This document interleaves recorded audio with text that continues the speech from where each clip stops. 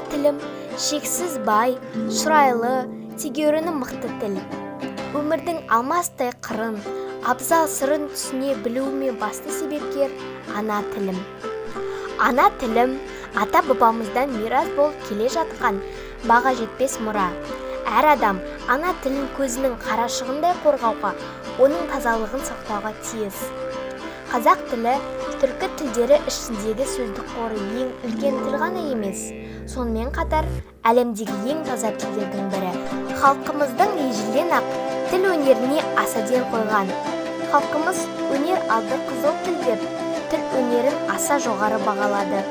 Тарихымызда мұндай би шешен тұлғаларымыз аз болмаған.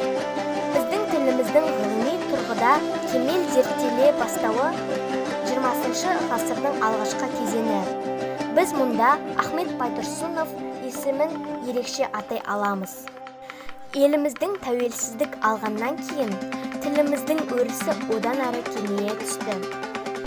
Тіл қай ұлтта болса да қастерлі құдіретті ұғым. Ол әр адамның бойына ана сүтімен бірге еніп қалыптасады. Тіл халықтың жаны, сәні, тұтастай кескін келбеті болмысы. Адамды мұратқа жеткізетін ана тілі. Менің ана тілім қасиетті қазақ тілі. Өзге тілдің бәрін біл, өз тіліңді құрметте.